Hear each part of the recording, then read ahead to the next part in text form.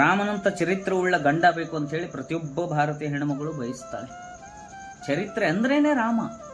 ಉದಾಹರಣೆಗೆ ಯುದ್ಧದಲ್ಲಿ ರಣರಂಗವನ್ನು ನೋಡಿ ನನ್ನಿಂದಾಗಿ ಇಷ್ಟೆಲ್ಲ ಪ್ರಾಣಹಾನಿ ಆಯ್ತಲ್ಲ ಅಂಥೇಳಿ ರಾಮ ದುಃಖಿತನಾಗಿ ಒಂದು ಬಂಡೆ ಮೇಲೆ ಕುಂತಿರ್ತಾನೆ. ರಾಮನ ಹಿಂದೆ ಒಂದು ಸ್ತ್ರೀಯ ನೆರಳು ಬರುತ್ತೆ. ಆ ನೆರಳನ್ನು ನೋಡಿ ರಾಮ ಏನು ಯೋಚನೆ ಮಾಡ್ತಾನೆ, ಆ ಸ್ತ್ರೀ ನೆರಳು ನನ್ನ ಪಾದವನ್ನು ಸೋಕುತ್ತೆ ಅಂತ ಹೇಳಿ ತನ್ನ ಪಾದವನ್ನು ಬದಿಗಿಟ್ಟು ಎದ್ದು ನಿಂತು, ನಮಸ್ಕಾರ ತಾಯಿ, ಯಾರು ನೀವು ಅಂತ ಕೇಳ್ತಾನೆ. ಆವಾಗ ಆ ಸ್ತ್ರೀ ಹೇಳ್ತಾಳೆ, ನಾನೇನಪ್ಪ, ರಾವಣನ ನತದೃಷ್ಟ ಹೆಂಡತಿ ಅಂತ ಹೇಳಿ.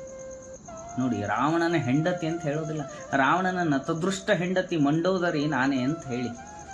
ಆವಾಗ ರಾಮ ಹೇಳ್ತಾನೆ, ಅಮ್ಮಿಂದ ಅಲ್ಲ, ನೋಡಿ ಇದನ್ನು ಕಲಿಬೇಕು, ನನ್ನನ್ನು ಕ್ಷಮಿಸು ತಾಯಿ. ಅತೀ ಬುದ್ಧಿಶಾಲಿ ರಾವಣ, ಅತೀ ಪ್ರತಿಭಾವಂತ ರಾವಣ, ಬ್ರಹ್ಮನ ವಂಶಜ ಅವನು. ಆದರೆ ನಾನು ರಾವಣನನ್ನು ಕೊಲ್ಲಿಲ್ಲ, ಅನ್ನೋದು ರಾವಣನನ್ನು ಕೊಲ್ತು ಅಂತ ಹೇಳಿ ರಾಮ ಮಂಡೋದರಿಗೆ ಹೇಳ್ತಾನೆ. ಆವಾಗ ಮಂಡೋದರಿ ಕೇಳ್ತಾಳೆ, ನಾನು ನಿನ್ನನ್ನು ದೂಷಿಸೋಕೆ ಬಂದಿಲ್ಲ, ಜಗತ್ತನ್ನೇ ಗೆದ್ದ, ಜಗತ್ತಿನ ಅತೀ ಬಲಿಷ್ಠವಾದ ವ್ಯಕ್ತಿ, ಬುದ್ಧಿವಂತ ವ್ಯಕ್ತಿ, ಅವನನ್ನು ಕೊಂದು ಹಾಕಿದ್ದು ಯಾರು ಅಂತ ಹೇಳಿ ನೋಡ್ಲಿಕ್ಕೆ ಬಂದೆ. ಆದರೆ ಇಲ್ಲಿ ಬಂದ ಮೇಲೆ ಗೊತ್ತಾಯಿತು ಯಾಕೆ ಅವನನ್ನು ಕೊಂದೆ ಅಂತ ಹೇಳಿ. ಯಾಕಂತ ಗೊತ್ತಾಯ್ತಾ ತಾಯಿ ಅಂತ ಹೇಳಿ ರಾಮ ಮಂಡೋದರಿಗೆ ಕೇಳ್ತಾನೆ.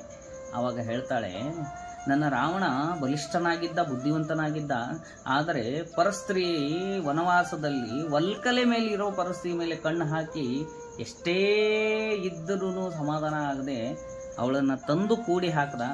ಆದರೆ ನೀನು ಇದೀಯ, ಪರಸ್ತ್ರೀಯ ನೆರಳು ಎಲ್ಲಿ ನನ್ನ ಪಾದವನ್ನು ಸೋಕುತ್ತೆ ಅಂತ ಹೇಳಿ ಎದ್ದು ನಿಂತು ಮರ್ಯಾದೆ ಕೊಟ್ಟಲ್ಲ. ಇದೇ ಅವನಿಗೂ ನಿನಗೂ ಇರೋ ವ್ಯತ್ಯಾಸ ಇದೆ.